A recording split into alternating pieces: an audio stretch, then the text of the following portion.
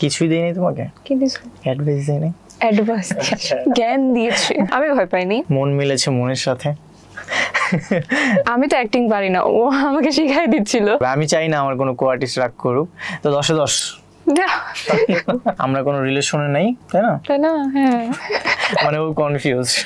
High তো দেওয়াই যায়। হাই ভাই, নাম বলা যাবে না, নাম বলে চাকরি থাকবে না। আচ্ছা, নাম বলা যাবে না, আমি আসলে তাকে খুবই সম্মান করি, তো তার নাম যদি আমি এখানে রিভিল করে দিই হয়তোবা তাকে অসম্মান করা হবে। আর রিজেক্ট করেছিলাম বিকজ অফ সে একজন ইনফ্লুয়েন্সার, দ্যাটস ওয়াই। দ্বিতীয় কো-আর্টিস্ট শান্তি আপু, তো আপনি তাকেও রিজেক্ট করেছিলেন, এর কারণটা কি ছিল? সেটার কারণ ছিল হচ্ছে যে মানে আমি তো ফিকশন নিয়েই কাজ করতেছি, তো আমি ডিরেক্টরকে বলেছিলাম যে ফিকশনের মধ্যে যারা আছে তাদের মধ্যে থেকে কাউকে রাখতে। আর যখন শান্তির নামটা আসে তখন ও তো আমি ওকে চিনি ইনফ্লুয়েন্সার হিসাবেই, দ্যাটস ওয়াই ভাবলাম যে ইনফ্লুয়েন্সারের সাথে আমি কাজ করব না। তো আমাকে ডিরেক্টর বললো যে তুমি একটু দেখো করা যায় কিনা। তো তখন আমি শান্তিকে নিয়ে অ্যানালিসিস করলাম, তো দেখলাম যে শান্তি খুবই ভালো ভালো কাজ করছে, অনেক ভালো ভালো ব্র্যান্ডের কাজ করছে। দেন ডিসাইড করলাম যে হ্যাঁ করা যায় শান্তির সাথে, ও খুবই ভালো এক্সপ্রেশন দেয়। আর যখন ফেস টু ফেস দেখা হয়েছে তখন তো খুবই ভালো ফ্রেন্ডলি ছিল। হ্যাঁ শান্তিতেই। হ্যাঁ, মিউজিক ভিডিওতে কো-আর্টিস্ট হিসেবে আপনি যখন মিরাজ ভাইয়ের নাম শুনতে পারলেন তখন আপনি সাথে সাথে হ্যাঁ বলে দিলেন? আগে থেকে ভালো লাগতো বলতে, তাই সাথে সাথে হ্যাঁ বলে দিয়েছেন। আচ্ছা, শুটিং এর সময় মিরাজ ভাই আপনাকে কিছু দিয়েছে, মানে উপহার? না, এমন তো না, এমনি ফ্রেন্ডলি, অনেক সাপোর্টিভ, আমাকে হেল্প করছে। আচ্ছা, কিছুই দেয়নি তোমাকে? কি দিছো? অ্যাডভাইস দেয়নি? অ্যাডভাইস জ্ঞান দিয়েছে। আচ্ছা, এনিওয়ে ভালো একটা স্মৃতির মুহূর্ত ছিল, সেটা হচ্ছে যে আমরা ট্রাকে একটা সিন ছিল যেটা কিনা ড্রোন দিয়ে নেওয়া হচ্ছিল। যখন অ্যাকশন দিয়ে দিল তো আমরা তো মানে ট্রাক তো চলতেছেই, আমরা যেতেই আছি, তো আর ওইটা হচ্ছে ওয়ান ওয়ে একটা রোড ছিল। তো হঠাৎ করে দেখি যে আমাদের উপরে ড্রোন নাই আর আমরা অনেক দূরে চলে গেছি। তো এখন ভাবতেছি যে ট্রাক তো চলতেছে, কোনো ডিরেক্টর আসতেছে না, আর আমাদের যে শুটিং গাড়িটা ছিল ওইটাও আসতেছে না, মানে কেউ নাই। তখন আমরা একটু ভয় পেয়ে গেছিলাম যে আসলে আমরা কোথায় যাচ্ছি। আমি ভয় পাইনি, এটাই একটা ইন্টারেস্টিং ব্যাপার ছিল, মজার ছিল। মন মিলেছে মনের সাথে, গানের নাম এটা। বাই দ্য ওয়ে ওর সাথে প্রথম কাজ করে ভালোই লেগেছে, খারাপ লাগেনি। আর ও খুব ফ্রেন্ডলি ছিল, সাপোর্টিভ ছিল, আর বেশ ট্রাই করেছে ও কাজ করার, ভালো। তো ওভারঅল ভালো ছিল। মিরাজ ভাইকে কো-আর্টিস্ট হিসেবে আপনার কেমন লেগেছে? আমি ফার্স্টে ভাবিনি ওরকম সাপোর্টিভ হবে, মানে এত দিনে যত মিউজিক ভিডিওস করেছি বা শুটিং করেছি তার মধ্যে সবচেয়ে বেশি সাপোর্টিভ কো-আর্টিস্ট ছিল। আমি তো অ্যাক্টিং পারি না, ও আমাকে শিখাই দিচ্ছিল। ও এক্সপ্রেশন একটু উইক, বাট যখন সবকিছু সবাই দেখিয়ে দিচ্ছিল ডিরেক্টর বা আমিও ট্রাই করছি ওকে সাপোর্ট দেওয়ার, তো ভালো করছে। কারণ ও তো আসলে এতটাও রেগুলার না। উইক কেন হব না? দ্য থিং ইজ আমি কার সামনে অ্যাক্টিং করতেছি, ও রেগুলার এই জায়গাটাতে। আমি না না সেটার জন্য না, বাট ও যদি রেগুলার কাজ করতো তাহলে দেখা যেত যে আমি কেন, মানে ওর চেয়ে যারা বড় বড় অ্যাক্ট্রেস আছে খুব ভালো এক্সপ্রেশন দিতে পারতো। কারণ ও তো খুব ডান্সে ভালো, তো ডান্সে যখন ওর রিলসগুলো দেখি আমি তখন খুবই সুন্দর এক্সপ্রেশন থাকে, যেটা ওর মানে মিউজিক ভিডিও বা অন্য আদার্স কিছু করতে যায় তখন এক্সপ্রেশনটা খুব মানে নার্ভাস হয়ে যায় যে আমি কিভাবে কি দিব। ডান্সে ওখানে একদম। তাহলে অ্যাক্টিং এ 10-এ কত দিবেন? 10-এ যদি কম দিই তাহলে তো রাগ করবে, আমি চাই না আমার কোনো কো-আর্টিস্ট রাগ করুক, তো 10-এ 10। ও আর কি, ও তো বেস্ট আমার কাছে। 10-এ 20 ওই তো। আচ্ছা, আমি মানে জানি না এটা কেন এতটা হাইপ উঠছে, মানে আমরা রিলেশন এগুলোতে কিছুই নাই, একটা কাজ হইছে music video, that's it, nothing else. আমরা কোনো রিলেশনে নাই, তাই না? তাই না? হ্যাঁ, মানে ও কনফিউজ। না না না, মজা করছি। আমরা কোনো রিলেশনের মধ্যে নেই, জাস্ট একটা কাজ হইছে, দ্যাটস ইট।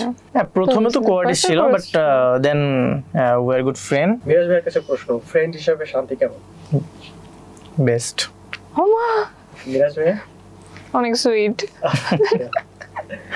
আচ্ছা, না আমি ও তো এগুলোতে ইউজড টু মানে তুমি তো ইউজড টু এসবে। আচ্ছা, আরেকটা ব্যাপার শেয়ার করি, আমি আমার যে কোনো আমি ঝাড়ি খাইছিলাম ডিরেক্টরের কাছে। দাঁড়াও শেয়ার করতে দাও।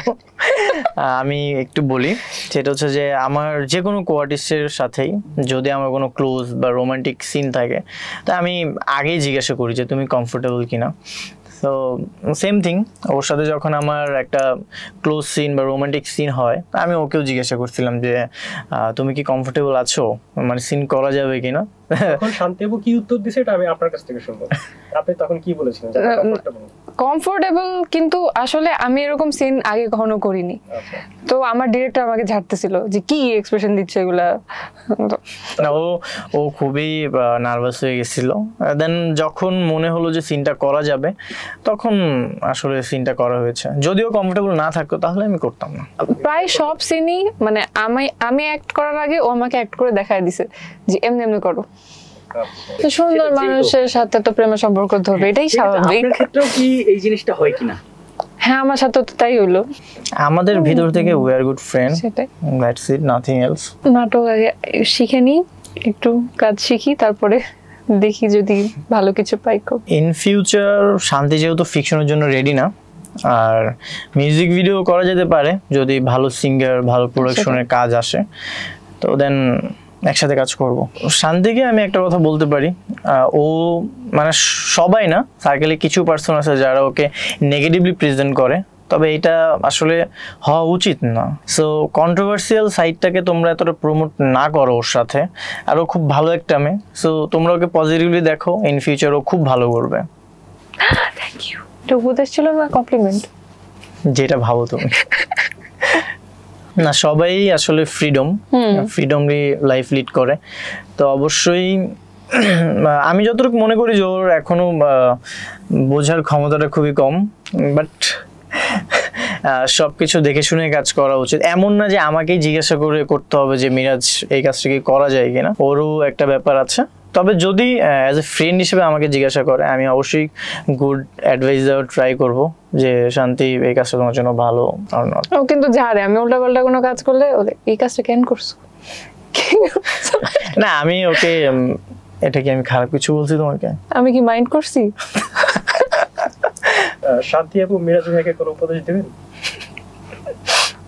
ওকে, ও আমাকে উপদেশ দিতেও ভয় পায়। দাও দেখি একটা দাও শুনি। অন ক্যামেরা তো দিব না, অফ ক্যামেরায় দিব সারাদিন। আচ্ছা, প্রথমে তার সাথে মানে মিউজিক ভিডিওর আগে একটা ইনভাইটেশনে মানে অনেক ইনফ্লুয়েন্সার ছিল, ওখানে দেখা হয়েছে। সে মানে কেমন একা একটা ফোন নিয়ে বসে আছে, কোনো কথা বলে না, কারোর দিকে তাকায়ও না, না কি ওর সমস্যাটাকে। আমি ভাবছি আল্লাহ, মেয়ের সাথে কেমনে কাজ করব। আমি তখন জানি যার সাথে আমার শুট হওয়ার কথা, তো আমি খুবই disappointed. I thought some hi hello কিছু তো হবে, একটু পরিচিত তো হব না। তো আমি পরদিন শুটে যে খুবই হতাশ ছিলাম, আমি নিজ থেকে একটা হাইও দিইনি ওরে। তো দেখি না, পরে ভালোই ফ্রেন্ডলি। ওই ট্রাকে যখন সিন মানে শুরু, তখন থেকে আমি বুঝছি না ও ফ্রেন্ডলি। তখনই আমাদের ফার্স্ট কথা হয়েছে। তখন ফার্স্ট কথা হয়েছে ঠিক মতো। না, আমার ব্যাপারটা হচ্ছে যে আমিও তখন যে ইনভিটেশনে গেছিলাম, তখন আমি জানতাম যে শান্তির সাথে আমার কাজ হবে, বাট এর আগে আমাদের কখনো ফেস টু ফেস দেখা হয়নি বা কথা হয়নি, টেক্সটের মাধ্যমে কোনো কথা হয়নি। যেহেতু কোনো কথা হয়নি, তো কেন কথা বলবো, এই জন্য মানে আমি শুধু ও না, কেন কথা বলবো, এটা কেমন ধরনের কথা। মানে শুধু ও না, আমি সবার ক্ষেত্রেই এমন। আমি কোনো ইনভিটেশনে গেলে বা যার সাথে আমার কখনো কথা হয়নি, দেখা হয়নি, আমি ওকে জাস্ট অন স্ক্রিনে দেখা হয়েছে, তা আমি যে আসলে ওইভাবে কথা বলি না। আমি আমার হাই তো দাওয়াই যায়, হাই ভাই।